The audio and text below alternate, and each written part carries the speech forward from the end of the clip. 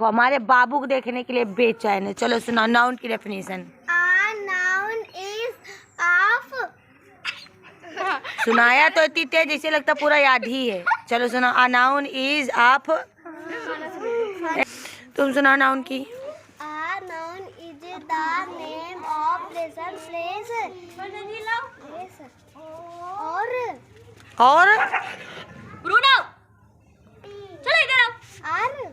आओ बाबू मेला बिकती है। आओ ऐसे नहीं नाच कभी ना रंजी। नहाते नहीं है। तुम सुनाओ noun. Noun is the name of person of place thing the hello भाग लो सब गलत। noun is the name of any person, place or thing, animals, example etc. Expression etc. Expression etc. ठीक प्रोनाउन की सुनाओ। The pronoun is a pronoun word which the word is used place of a noun is called pronoun. थोड़ा गलत है। कायदे से दोनों जाओ स्पेलिंग वो करे डेफिनेशन याद करियो। लिखा तो सही है लेकिन वो इन नहीं सुनाया तुमने। पर्सन की स्पेलिंग गलत है प्लेस और थिंग एनिमल्स एक्सप्रेशन। पर्सन की PERSON सही करो ले लो। चलो सुनाओ। A noun is the name of person, place, things, animals, expression etc. Pronoun A word which is used in place of. भागो याद करो। चल तुम सुनाओ। A noun is the name of person, place, things, animals, expression etc. Pronoun The word which is used in place of a noun is called pronoun. ठीक है जाओ याद वर्ब की याद करो। चल के तुम The word किसकी सुना रहे हो। Noun a noun is the of person, place. गलत सुनाओ। A noun is the 1 2 लिखो। name याद करो। चल के हटो भागो तुम सुनाओ। A noun is name of person, place, things, animal, expression etc.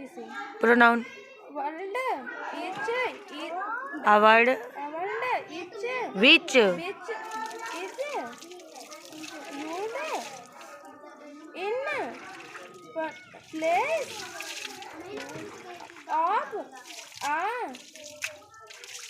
Noun या थोड़ा गलत है याद करो। क्या कायदे से फरवरी मार्च अप्रैल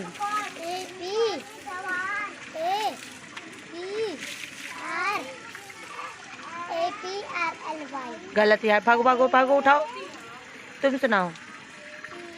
कहाँ पहुँचे नेक्स्ट।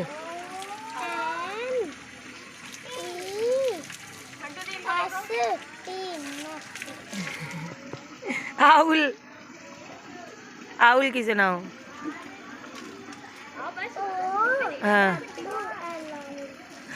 अरे दैया पैरेट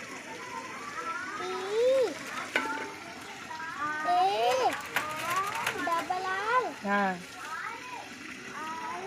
याद करो। चल के कल काहे आओगे। कल यहाँ प्रोग्राम है कि हम वो पढ़ाएंगे tuition. Noun A noun is the name of person, place, things, animals, expressions expression etc. चलो प्रोनाउन याद है कि नहीं।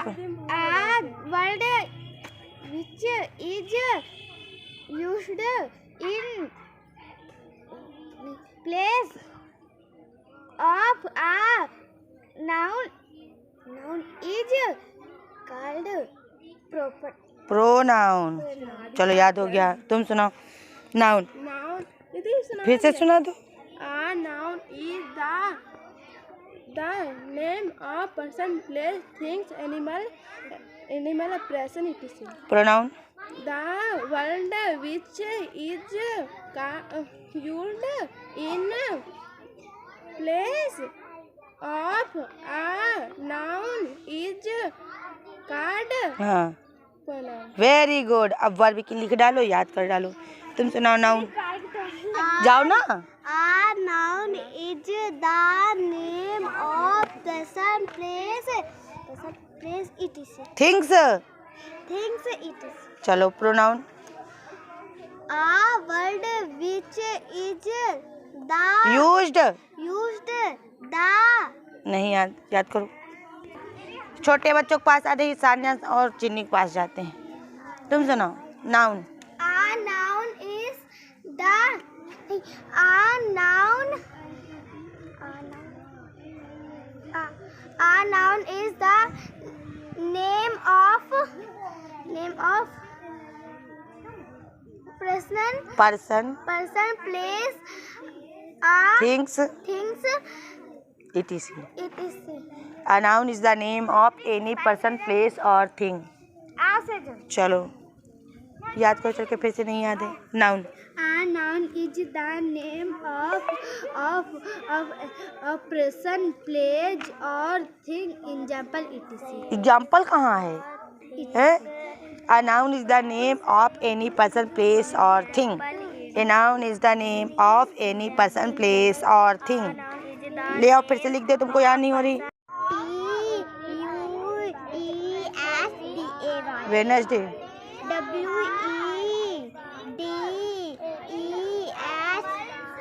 वेडनेसडे,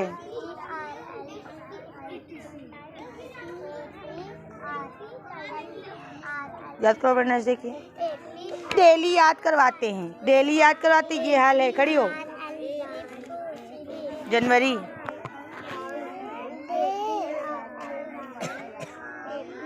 जनवरी। संडे मंडे तो सुना चुकी हो, जनवरी की सुनाओ। अच्छा सैटरडे की नहीं सुनाई थी, सुनाओ सैटरडे।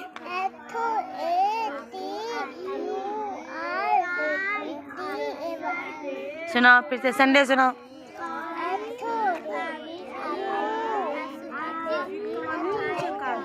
भाग गाओ। मंडे,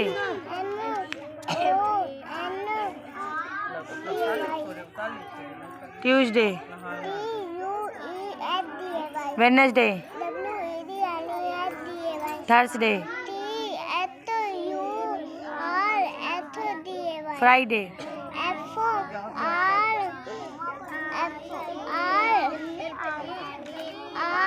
हाँ, सैटरडे।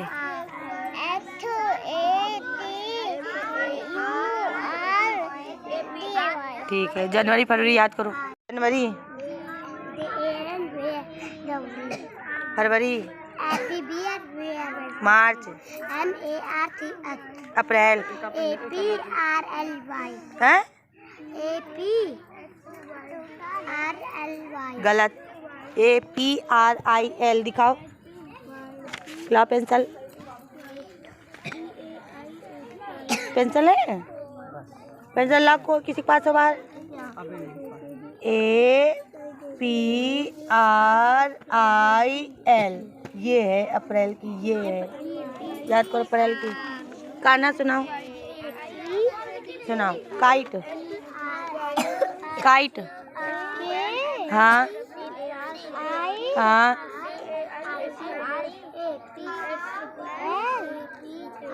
KI, कैसे याद कर रहे हो? काइट की सुनाओ। ये देखो लिखिए KITE है, KITE। सब बच्चे याद करें, तुमको याद ही नहीं कर रहे हो। फिंगर रख रख के याद करो जल्दी से। KITE। तुम सुनाओ। Daisy, DAISY, sunflower, SUNFLOWER, dahlia, DAHLIA, tulip, tulip, TULIP. Lily, LILY lily. Pansy, PEN.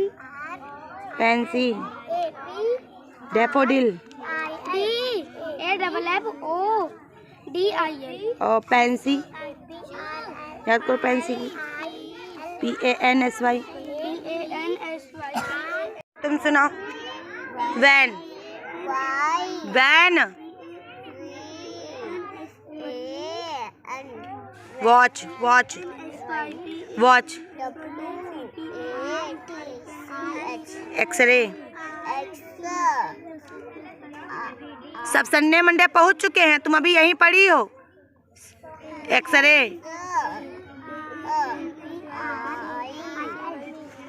देख लो क्या लिखा है एक्सरे की। कहाँ है एक्सरे की स्पेलिंग? क्या लिखा है? जल्दी याद करो, एक जेब्रा तक सुन रहे हैं आके। चलो इधर सुनाओ। What do animals in order to live? What do animals need in order to live? Food, water, and air. To Two animals. Two animals need in order to live. Very good. Who are amphibians? कौन होते हैं जो पानी में भी रहते हैं? Land. हाँ, Animals that that live in water us and and water and us land. land. अपने मन से बताओ कि animals that live in both water as well as का मतलब होता है वैसे ही, जैसे ही वो वाटर में रहते हैं वैसे ही वो लैंड में रहते हैं। समझ में आई? वाटर के बाद as well as Why are herbivorous animals called cud chewing animals? Herbivorous animals are also called cud chewing animal because will feed While because feeding नहीं अरे याद करा था feeding they they quickly swallow their food. और अच्छे से याद करो, कम याद है। पढ़ा दे, लाओ। चलो सुन रहे हो, बढ़िया है। तुम क्या कर रहे हो? सुनाते रहना। तुमको याद हुआ? सुनाओ। लार्जेस्ट स्टैचू क्या है? दीदी ऑन नहीं, हम पूछ रहे हैं मेन बातें। लार्जेस्ट स्टैचू को क्या बोलते हैं? Statue of unity. ठीक है। ये किसने बनवाई थी? अनवीड किसने करवाया है? दीदी मिस्टर नारायण मोदी। हाँ, बर्थ एनिवर्सरी कौन सी थी? दीदी 31 अक्टूबर। बर्थ एनिवर्सरी कौन सी थी? 143। हाँ, किसकी ये बर्थ एनिवर्सरी थी? दीदी सरदार पटेल, वल्लभ भाई पटेल। तो 140 देखो, सरदार वल्लभ भाई पटेल की 143rd बर्थ एनिवर्सरी पर नरेंद्र मोदी ने स्टैचू ऑफ यूनिटी को क्या किया था? अनवीड किया था। समझ में आई बात? इसको क्या बोलते हैं? Statue of unity. इसकी हाइट कितनी है? इसकी हाइट कितने मीटर है? 37। कितनी ऊंचाई है? 182। अच्छा, लार्जेस्ट रेजिडेंशियल हाउस क्या है? राष्ट्रपति भवन। ये कहाँ है? न्यू दिल्ली में। हाँ, ये किसका, इसमें कौन रहता है? प्रेसिडेंट ऑफ इंडिया, यानी भारत के राष्ट्रपति। इसमें कितने रूम्स हैं? 340 रूम्स। कितने सैलून्स हैं? 37। और कितने लॉबीज हैं? 74। और कितने स्टेयर केसेस हैं? 18। और फाउंटेन्स कितने हैं? 14।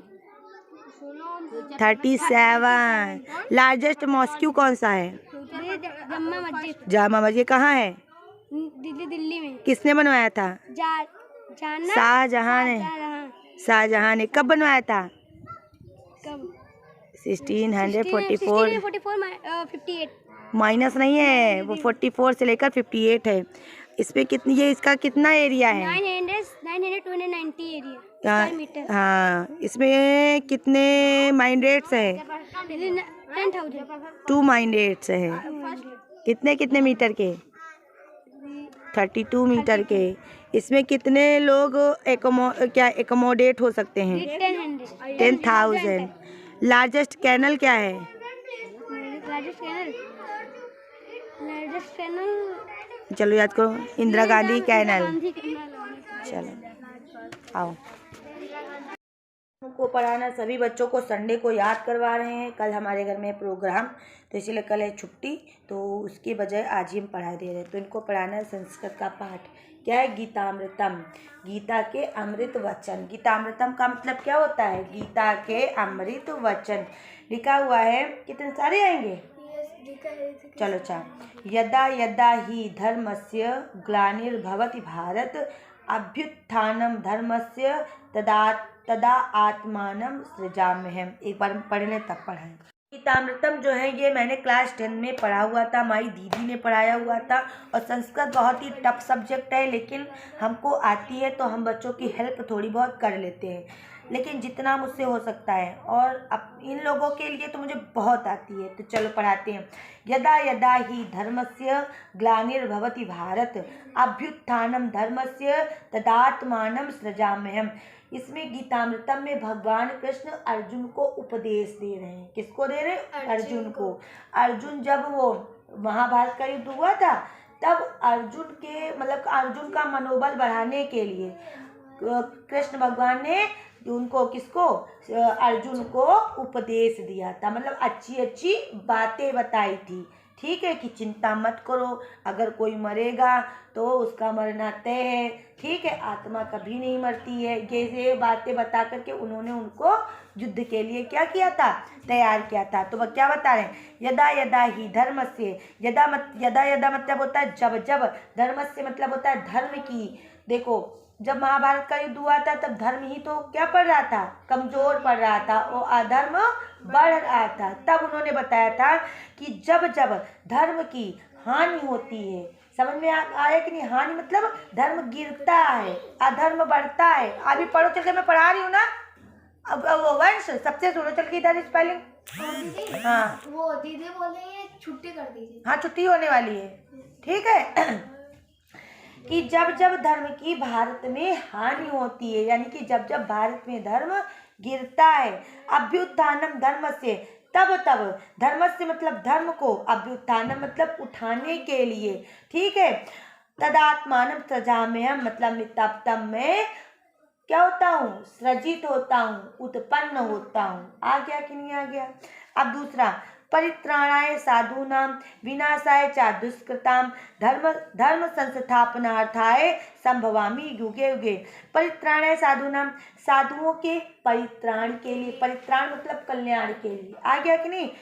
विनाशाय च दुष्कृतां, और दुष्टों के विनाश के लिए, धर्म संस्थापनार्थाय और धर्म की स्थापना के लिए, संभवामि युगे युगे कि हर युग युग में मैं संभव हूँ। समझ में आ गया कि नहीं? कर्मण्येवाधिकारस्ते माँ फलेषु कदाचन। अब इसमें बता रहे हैं, अर्जुन से श्री कृष्ण उपदेश दे रहे हैं क्या? कि अर्जुन सोच रहे हैं कि सब अच्छा हो जाए, ऐसा हो जाए, वैसा हो जाए। तो क्या बोल रहे हैं कृष्ण? कि कर्मण्येवाधिकारस्ते, कि कर्म करने में ही तुम्हारा अधिकार। पैंसी, हाँ, कि कर्म करने में ही तुम्हारा अधिकार है। माँ फलेषु कदाचन, फल पर तुम्हारा कभी भी अधिकार नहीं है। माँ कर्म फल हेतुर्भु, कि कर्म फल की इच्छा मत करो। समझ में आ गया कि नहीं? संगोत्सव कर्मणि, और कर्महीन मत बनो। समझ में आ गया कि फल के आदि ना बनो, हमको फल मिल जाए। फल मतलब क्या? कि ये हो जाए, वो हो जाए, वो हो जाए। कभी कभी ऐसा होता है कि कोई काम ना करो तब भी हमको उसका रिजल्ट मिल जाता है, वो भाग्य की बात होती है। ठीक है, लेकिन अर्जुन कह रहे हैं कि जैसे तुम चाहते हो हम कक्षा 5 पास हो जाए, 6 में ऐसे ही पहुंच जाए, और कभी हो सकता है कि तुम भैया पास हो जाओ। ठीक है, पेपर ना हो, तुमको पास कर दे टीचर, और तुम हर साल यही ना सोचो कि हम तो पास ही हो जाएंगे, हम तो पास ही हो जाएंगे। तो और इसीलिए कृष्ण क्या बोले हैं कि कर्म फल के आदि ना बनो, ठीक है, और कर्महीन ना बनो। कर्महीन का मतलब कि कर्म करने वाले ना बनो, हमेशा कर्म करो। आ गया कि नहीं आ गया? वासांसी जीर्णानि यथा विहाय। अब इसमें बता रहे हैं कृष्ण बता रहे हैं अर्जुन से कि जिस प्रकार से हम मनुष्य एक वस्त्र को, पुराने वस्त्र को छोड़ करके नए वस्त्र धारण करते हैं, ठीक है, उसी प्रकार से हमारी आत्मा है जो पुराने शरीर को त्याग करके नए शरीर में प्रवेश करती है। क्या लिखा है? वांसांसी जीर्णानि यथा विहाय नवानि गृह्णाति नरोपराणि, कि जिस प्रकार से नरोपराणि मतलब मनुष्य की वांसांस जीर्णानि पुराने वस्त्रों को, विहाय मतलब छोड़ करके, नवानि गृह्णाति नए पहनता है। तो यथा शरीरान उसी प्रकार से हमारे शरीर को, विहाय मतलब छोड़ करके, जीर्णान नया शरीर, न्याति संयति धारण करता है। कौन? आत्मा। उसी प्रकार से हमारी आत्मा पुराने शरीर को छोड़ करके नए शरीर को धारण करती है। अब इसमें देखो क्या लिखा है अगला, न जायते म्रियते व कदाचिन्नायम भूत्वा भविता व न भूया अजो नित्या शाश्वतम पुराणो न हन्यते, हन्य माने शरीर है। इसमें बता रहे हैं श्री कृष्ण कि ये जो हमारी आत्मा है, ना तो ये उत्पन्न होती है, ना तो ये मरती है। समझ में आया कि नहीं समझ में आया? और ठीक है, क्यों ना तो ये उत्पन्न होती है ना ही ये मरती है। ऐसा इसलिए है क्योंकि ये शाश्वतो है, मतलब कि ये क्या है? शाश्वत है, हमेशा बनी रहने वाली है। पुराणो पुरातन है, हन्यते नया मरती है और ना ही यह नया शरीर में पहुंचती है। समझ में आया कि हन्य माने शरीर और ना ही ये नए शरीर में उत्पन्न होती है कि जब नया नया शरीर बना तो नई नई आत्मा बनी, ऐसा नहीं है। आत्मा अजर और अमर है। यही तो लिखा है कि यह आत्मा ना तो किसी काज में जन्मती है, ना ही मरती है, और ना यह उत्पन्न होकर के फिर मरने वाली है। समझ में आया कि एक बार उत्पन्न हो जाए फिर मर जाए, फिर उत्पन्न नहीं है, ठीक है। हाँ, क्योंकि यह आत्मा नित्य है, सनातन है, पुरातन है, शरीर के मारे जाने पर भी यह मारी नहीं जाती। समझ में आ गया कि नहीं आ गया? अब देखो, नैनम छिद्दंती शस्त्राणि। अब बता रहे कि हमारी जो आत्मा है ना तो इसको कोई शस्त्र छेद सकता है, नैनम दहति पावका, और ना ही आग इसको जला सकती है, ना चैनम क्लेदयन तापो, और ना ही इसको पानी जो है गीला कर सकता है, ना सोसियत मारुता, और ना ही हवा इसको सुखा सकती है। आ गया? यही चलो करके लाना है, छुट्टी तुम्हारी। बच्चों को भेजो, काम दे दें। आ जाओ छोटे बच्चों। तो बस बच्चों को बहुत याद करवाया संडे को, मंडे वाला। हाँ, और क्या? आओ फिर से समझो, ये कितना लिखा है? 6। इसमें कितना माइनस करना है? ये कितना लिखा है? 4। कितनी लाइन? सबसे पहले ऊपर कितनी लाइन खींचोगे? 6। ऐसे 1 2 3 4 5 6, और ये कितना लिखा है? 4 गिन के काट दो। 1 2 3 4 काट दिया, ठीक है। अब कितनी बची? 1 2 लिख दिया। आ गया? माइनस में लाइन काट दी जाती है और प्लस में लाइन और जोड़ ली जाती है। अब काट लोगे, ठीक है। इसको माइनस करके लाना है। चलो 8 5 3 2 5 1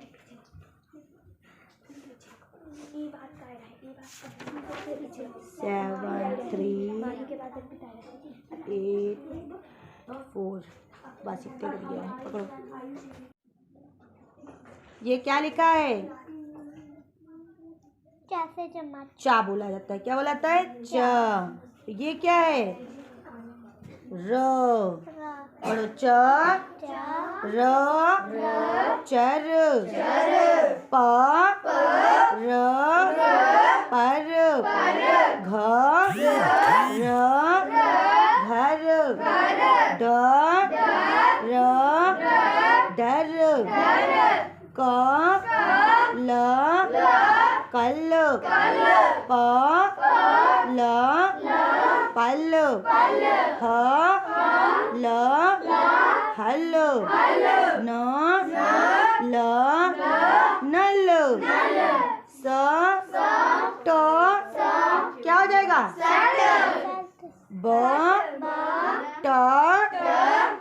जाएगा?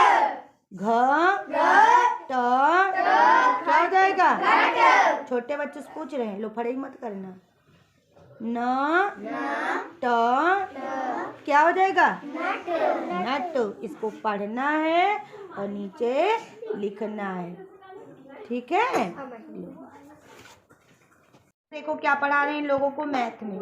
कल बताया था जब ऊपर वाली संख्या बराबर हो, मतलब कि अंश बराबर हो, तो हर देखने के लिए जो हर छोटा दिखता है वो बड़ा होता है और जो बड़ा दिखता है वो छोटा होता है। कल इतना आ गया था। अब आज आगे पढ़ते हैं। अब इसमें देखना समतुल्य भिन्न पढ़ाना है। क्या पढ़ाना है? समतुल्य भिन्न। समतुल्य भिन्न पढ़ाया था एक बार पहले भी पढ़ाया था, याद होगा तो। समतुल्य भिन्न का मतलब होता है पहाड़ा लिखो, अंश का अंश वाले में पहाड़ा, हर का हर वाले में। जितनी बार अंश पढ़ा जाएगा उतनी ही बार नीचे हर। दो देखो देखो क्या लिखा हुआ है, समतुल्य भिन्नों की सीढ़ी पूरी कीजिए। 2 3 4 5, 5 के बाद क्या हो जाएगा? 6, फिर 7, फिर 8, फिर 9। नीचे देखो 2 दूनी 4, ताई 6, 2 चौको 8, 2 पंची 10, 2 छाक 12, 2 7 14, 2 8 16, 2 9 18। आ गया। और नीचे देखना क्या है? 3 फिर 4, मतलब एक एक बढ़ रहे हैं। 3 के 4, 3 से फिर 4 हुआ, 4 से 5 हुआ, 5 से 6, 6 से 7, 7 से 8, 8 से 9, 9 से 10। आ गया कि नहीं? अब नीचे देखो 3 के पहाड़ा पढ़ा जाए। 3 तो 9, 3 चौक 12, 3 5 15, 3 6 18, 3 7 21, 3 8 24, 3 9 27, 3 9 30। आ गया। अब ऊपर फिर एक एक बढ़ रहे हैं, 2 3 4 5, ऊपर एक ही एक बढ़ रहे हैं। आ रहा कि नहीं? नीचे कौन सा पहाड़ा चल रहा है? 3 चौको 12, नहीं अब नीचे कौन 6 का पहाड़ा चल रहा है? 6 दूनी 12, 6 त्रिक 18, 6 चौक 24, 6 पंच 31, 6 चार 36, 36 42, 36 48, 6 9 54। समतुल्य मतलब का होता है, समतुल्य भिन्न का मतलब होता है पहाड़े पढ़ते जाओ। समझ में आ गया कि नहीं? ऊपर देखो 5 5 का पहाड़ा 5 5 5 10 5 15 5 20 55 5 30 5 35 5 40। नीचे नीचे कौन सा पढ़ा? 3 का 9 का 9 9 2 18 9 3 27 9 4 36 9 5 45। आ गया। अब इसमें देखना 2 दूना 4, 3 6, 2 चौको 8, 5 10, 2 4 12, 2 14, 2 8 16, 5 5 5 10 5 15 5 20 25 25 5 30 5 35 5 4। यही उतार लो, पीछे दो वो भी उतार।